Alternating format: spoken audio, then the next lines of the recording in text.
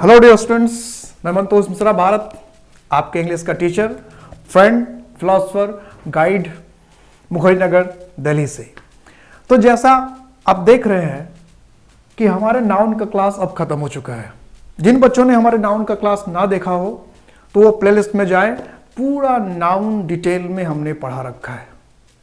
अब जब नाउन की एक एक चीज को हमने समझ लिया है बारीकी से, तो दो चीजें बनती है। एक तो नाउन का प्रैक्टिस और फिर एग्जाम में जाकर सीधा खिलाफ आता। तो उम्मीद है कि आप नाउन के हर एक क्वेश्चन को चुटकियों में उड़ा देंगे। अब इसमें एक छोटी सी बात सिर्फ बाकी है जिसकी जरूरत क्लोज टेस्ट में पड़ती है। कभी कभी जिरंट में क्वेश्चन बनाने में समझ में नहीं आता है तो वहां जरूरत पड़ती है जो नाउन से रिलेटेड है। तो उस छोटे से बात को भी मैं क्लियर कर देना चाहता हूं नाउन से रिलेटेड जो है, तो उसके लिए मैंने यह वीडियो बनाई है। तो इस वीडियो में हम देखेंगे नाउन का यूज क्या है, कि एक सेंटेंस में नाउन किस तरह से यूज होता है। तो एक सेंटेंस में नाउन किस तरह से यूज होता है, इसका कहने का मतलब एक फंक्शन क्या है, फंक्शंस ऑफ नाउन कह सकते हैं हम इसको। क्या कह सकते हैं? यूज कहने का मतलब फंक्शन, कि नाउन क्या फंक्शन करता है, एक नाउन का क्या फंक्शंस होते हैं, क्या क्या फंक्शंस होते हैं एक सेंटेंस में। और मैंने क्या कहा, इसकी जरूरत होती है हमें क्लोज टेस्ट में, इसकी जरूरत पड़ती है हमें जेरंड को समझने में। कैसे, उसको भी मैं अभी एग्जाम्पल के साथ बताऊंगा। तो सबसे पहले समझिए कि नाउन का फर्स्ट यूज है सब्जेक्ट टू अ वर्ब। इसका मतलब यह हुआ कि नाउन किसी भी सेंटेंस में सब्जेक्ट का काम कर सकता है, सब्जेक्ट का काम कर सकता है। यह कहने का मतलब है कि डूअर, कर्ता, काम करने वाला जनरली नाउन होता है। तो सेंटेंस में जो डूअर है उसकी जगह नाउन लेता है, या नाउन डूअर की जगह पे आ सकता है, कर्ता की जगह पे आ सकता है। हिंदी में कर्ता कहते हैं, इंग्लिश में डूअर कहते हैं, और ग्रामर में उसी को हम सब्जेक्ट कहते हैं। तो इसका मतलब यह है कि सेंटेंस के शुरुआत में नाउन की पोजीशन हो सकती है अगर एफर्मेटिव सेंटेंस है। जैसे हमने कहा राम हेल्प्स मी, तो राम क्या है? नाउन है। और इस सेंटेंस में क्या है? डूअर है। डूअर है इसलिए क्या है? सब्जेक्ट है।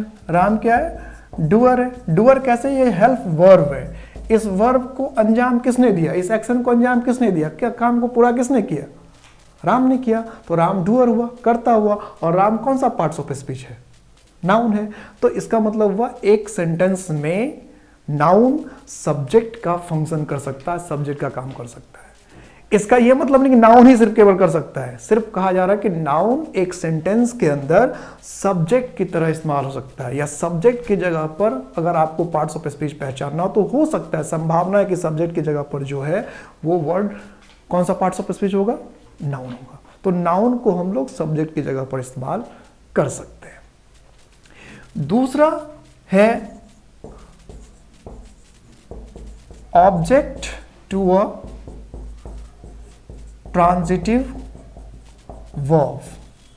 Object to the transitive verb कहने का मतलब कि कोई वर्ब अगर ट्रांजिटिव है, ट्रांजिटिव वर्ब उसको हम कहते हैं जब कोई एक्शन हम करते हैं, उस एक्शन से अगर कोई अफेक्टेड है, प्रभावित है, तो जो भी हमारे एक्शन से अफेक्टेड है, प्रभावित है, उसको हम सफरर कहते हैं, और उसी को ग्रामर के लैंग्वेज में हम ऑब्जेक्ट कहते हैं। तो हर वर्ब को ट्रांजिटिव वर्ब नहीं कह सकते, हर वर्ब ट्रांजिटिव वर्ब नहीं हो सकता। बहुत सारे ऐसे एक्शन हमारे हैं जिससे कोई अफेक्टेड नहीं होता, तो वो ट्रांजिटिव वर्ब में नहीं आएगा। और इसके डिटेल में जब वर्ब का चैप्टर आएगा तो वर्ड से कैसे पहचानते हैं, हुम से कैसे पहचानते हैं, ये भी आपको बताया जाएगा। लेकिन अभी हमें समझना है कि जो अफेक्टेड है, सफरर है, वो ऑब्जेक्ट है। और ऑब्जेक्ट का काम कौन कर सकता है?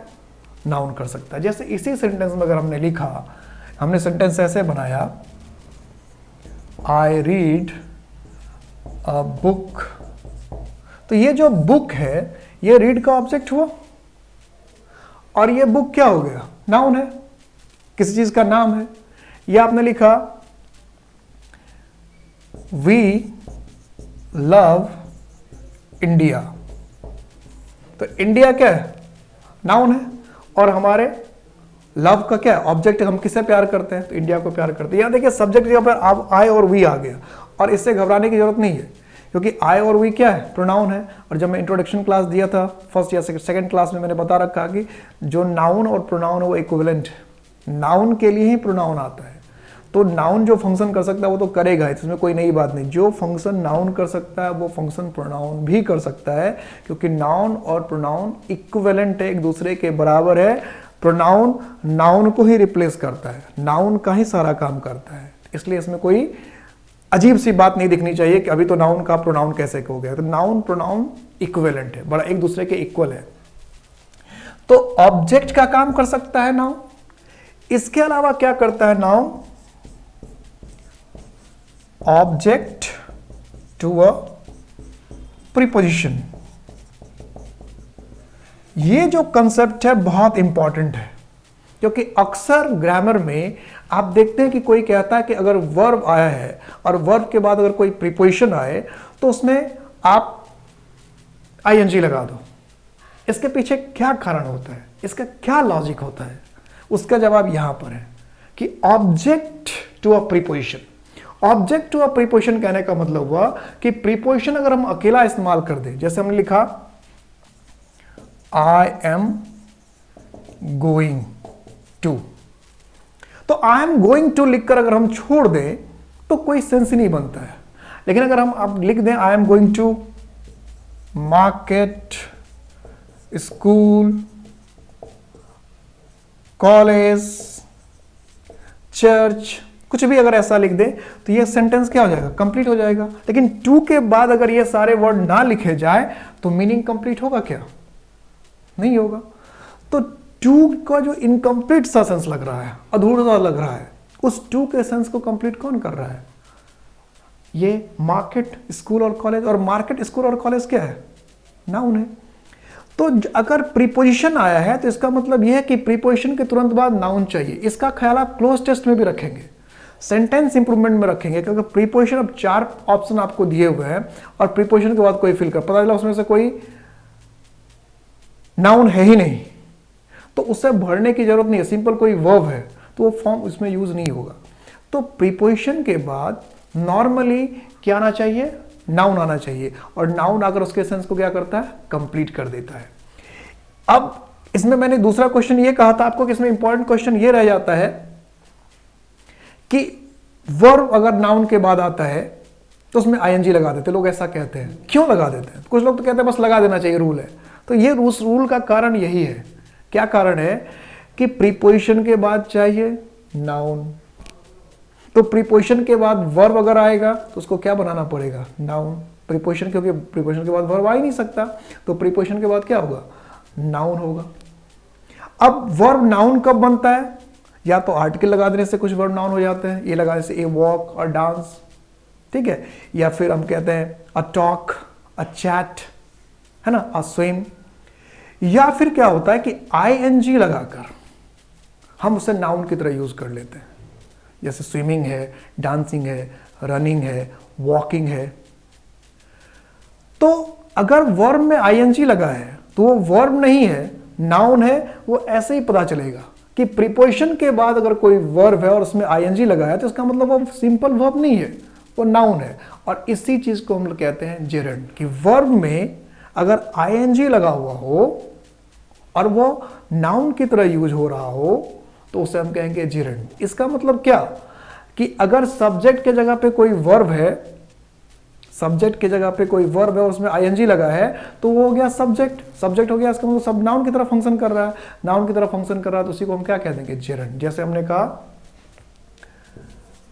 रनिंग इज गुड, तो ये जो रनिंग इज गुड है इसी को हम लोग जेरेंड कहते हैं।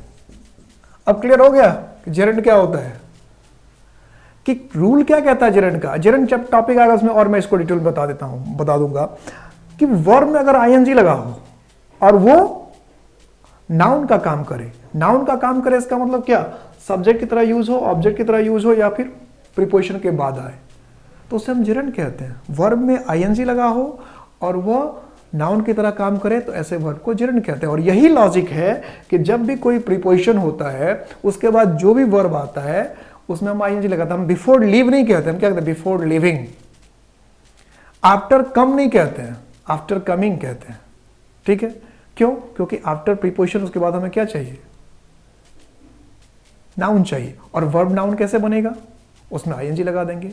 तो नाउन के क्या यूज है कि नाउन सब्जेक्ट हो सकता है, ऑब्जेक्ट टू ट्रांसिटिव वर्ब हो सकता है और ऑब्जेक्ट टू प्रीपोजिशन हो सकता है।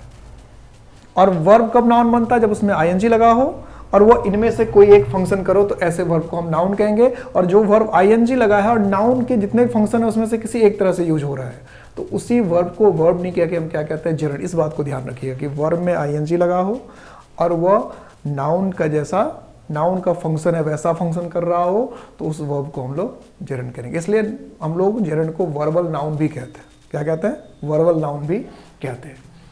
नेक्स्ट यूज है इसका कॉम्प्लीमेंट।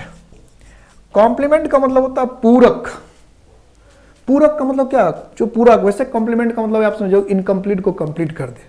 तो सपोज करो कि कोई सेंटेंस आप ऐसा लिखते हैं आई एम या आप लिखते हैं यू आर। तो जब आप लिख रहे हैं आई एम या यू आर तो इससे सेंटेंस कंप्लीट हो रहा है क्या? नहीं है। सेंटेंस साफ साफ दिख रहा है क्या? अधूरा है। आई एम अधूरा सेंटेंस में कंप्लीट सेंस नहीं आ रहा है। यू आर क्या है? अधूरा है, कंप्लीट नहीं हो रहा है। अब अगर इसमें लिख दें आई एम अ बॉय या I am a teacher, I am a doctor, I am Ram, तो ये सेंटेंस कंप्लीट हो गया। या you are a student, you are an engineer, you are my friend. तो इस तरह से ये सेंटेंस क्या होता है? अब कंप्लीट हो गया। तो ये जो बॉय है या ये जो स्टूडेंट है उसने क्या किया कि अगर हमने आई एम लिख के छोड़ दिया था, यू आर लिख के छोड़ दिया था तो सेंटेंस इनकम्प्लीट था, सेंटेंस का मीनिंग क्लियर नहीं हो रहा था। और जैसे हमने स्टूडेंट लिख दिया, टीचर लिख दिया, डॉक्टर लिख दिया तो सेंटेंस कंप्लीट हो गया। तो इसका मतलब ये जो वर्ड है वो इनकम्प्लीट सेंटेंस को कंप्लीट कर रहा है। तो जो भी इनकम्प्लीट को कंप्लीट करता है उसको क्या कहते हैं? कॉम्प्लीमेंट कहते हैं। और ये है क्या? नाउन है। तो इसका मतलब ये हुआ कि किसी भी सेंटेंस में नाउन कम से कम 4 तरीके से काम कर सकता है। वो सब्जेक्ट की जगह पे हो सकता है, वो ट्रांसिटिव वर्ब के बाद आ सकता है, ऑब्जेक्ट की जगह पे हो सकता है, वह प्रीपोजिशन के बाद आ सकता है, या फिर अगर कोई इनकम्प्लीट सेंस रखता है कोई सेंटेंस का तो उसके इनकम्प्लीट को सेंस को कंप्लीट करने के लिए भी इसका इस्तेमाल हो सकता है। इसी को हम लोग कहते हैं फंक्शंस ऑफ नाउन्स, कि नाउन का क्या फंक्शन है। तो ये है तो बहुत छोटा सा टॉपिक, लेकिन ये बहुत ही इंपॉर्टेंट टॉपिक है। किसी भी तरह के क्लोज टेस्ट में ये आ सकता है, कभी भी कॉमन एरर में आ सकता है। तो आप इसको ठीक से समझ लें तो आपको जेरंड समझने में भी आसानी होगी। तो उम्मीद करता हूं कि ये वीडियो आपको पसंद आया होगा, ये क्लास आपको पसंद आया होगा। तो इस वीडियो को आप लाइक करें, शेयर करें, सब्सक्राइब करें और अगली क्लास तक के लिए टेक केयर।